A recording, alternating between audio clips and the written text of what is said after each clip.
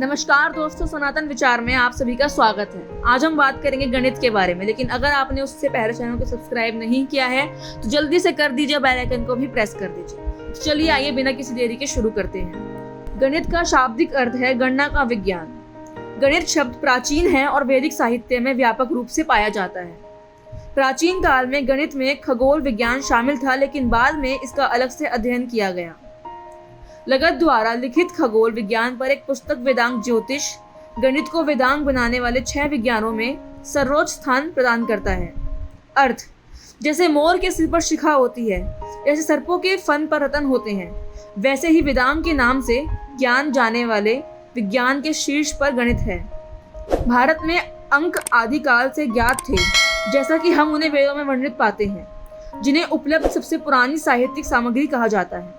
9 अंकों की अवधारणा, दशमलव स्थान मान, शून्य की शुरुआत के साथ प्राचीन भारत में गणित के विकास में महत्वपूर्ण योगदान दिया। गणित के बारे में जानने से पहले आइए भास्कराचार्य की तरह विषय की अपनी अच्छी समझ के लिए आशीर्वाद लें। मंगलाचरण लीलावती भास्कराचार्य द्वारा दुनिया को दिए गए सबसे महान गणितीय योगदानों में से एक है। एक छात्र को दैनिक जीवन से सरल उदाहरणों का उपयोग करके एक रमणीय तरीके से कंप्यूटिंग सीखने के लिए। हालांकि किसी भी कार्य को शुरू करने से पहले, जैसा कि हमारे प्राचीन ऋषियों और गुरुओं द्वारा निर्धारित किया गया था, हम मंगलाचरण के रूप में हमारी गतिविधियों में सफलतापूर्वक मार्गदर्शन करने के लिए सबसे पहले देवताओं का आशीर्वाद लेते हैं। आइए जाने भास्कराचार्य का मंगलाचरण, जैसा कि लीलावती में दिया गया है। हाथी मुखी देवता को प्रणाम करके, जिनके चरणों की पूजा सभी देवता करते हैं और जो याद किए जाने पर बाधाओं को नष्ट करके भक्तों को सुख प्रदान करते हैं, मैं सरल का उपयोग करके अंक गणित पर एक स्पष्ट, सुंदर और आकर्षक काम शुरू करती हूँ। नरम और स्पष्ट शब्द जो बुद्धिमानों को आनंद देंगे। जैसा कि भारत में परंपरा है, भास्कराचार्य इस मंगलाचरण को श्लोक के साथ लीलावती की शुरुआत करते हैं। इस पुस्तक को लिखने के सफल समापन के लिए बाधाओं को दूर करने वाले जो प्रथम पूज्य हैं, गणेश का आशीर्वाद मांगते हैं। वे यह भी कहते हैं कि यह अंक गणित पर एक काम है जो मन के लिए सुखद रूप से दिलचस्प है, आसानी से समझने वाले तरीके से लिखा गया है। गणित की भूमिका: गणित सीखने में अंकों को समझना, उनकी गणना करना, उसके बाद उच्च स्तर की गणना करना शामिल है। गणित हमारे दिमाग को सक्रिय और विकसित करने में मदद करता है। यह हमारे परिवेश को समझने की हमारी क्षमता को बढ़ाता है। गणित गणना का विज्ञान व्याकरण जैसे अन्य विज्ञानों की तरह वेदों में बताई गई गतिविधियों में मदद करने के प्राथमिक उद्देश्य से उत्पन्न हुआ। यहीं से हम गणित और खगोल विज्ञान के विज्ञान की शुरुआत पाते हैं। छांदोग्य उपनिषद हम पाते हैं कि अनंत काल तक यात्रा करने वाले नारद महर्षि महाविष्णु के नाम का जप करने वाले दिव्य दृष्टा ने कहा कि उन्होंने नक्षत्र विद्या नामक खगोल विज्ञान और राशि विद्या नामक अंक गणित सहित विभिन्न विज्ञानों और कलाओं का अध्ययन किया।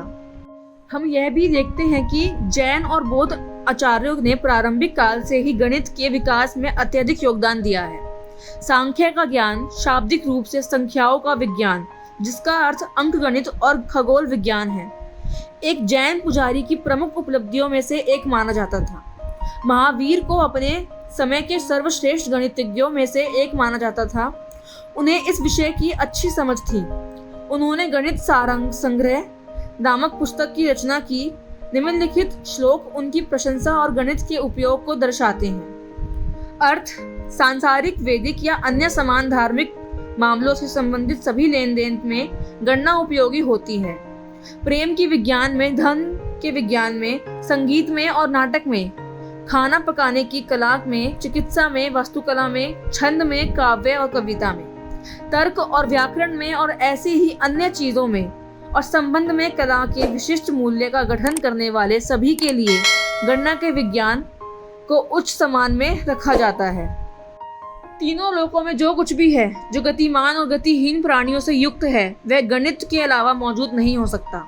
देवताओं की दुनिया और नरक में रहने वालों की और सभी प्रकार के अन्य विविध माप से ये सभी गणित की मदद से बनाए गए हैं। उसमें रहने वाले प्राणियों का विन्यास, उनके जीवन की लंबाई, उनके 8 गुण और अन्य समान झुकाव, उनकी प्रगति और ऐसी अन्य चीजों, उनका एक साथ रहना आदि, ये सब गणित पर निर्भर है।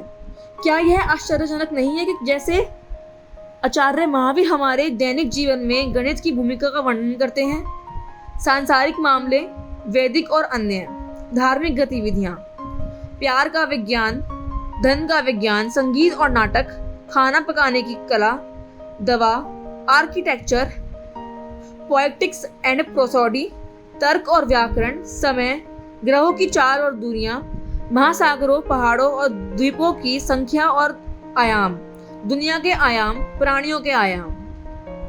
क्या आपने ध्यान दिया कि गणित का अध्ययन करना हमारे लिए कितना महत्वपूर्ण है? क्योंकि भोजन, यात्रा, पैसा, हमारे घरों के लिए चीजें खरीदना, भवनों के निर्माण और सूची जारी है, जैसे हमारी दैनिक गतिविधियां गणित पर निर्भर हैं। यह जान लें कि इस धरती पर और इससे आगे होने वाली हर एक घटना के साथ साथ मानव जीवन में गणित शामिल है। एक विषय के रूप में गणित। प्राचीन काल से ही गणितीय अध्ययन के मुख्य विषय लिपि या लेख रूप और गणना थे।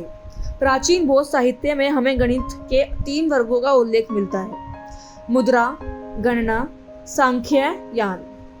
धीरे धीरे बाद के समय में गणित का अर्थ सामान्य रूप से गणित हो गया, जबकि उंगली अंक गणित के साथ साथ मानसिक अंक गणित को इसके अर्थ के दायरे से बाहर रखा गया।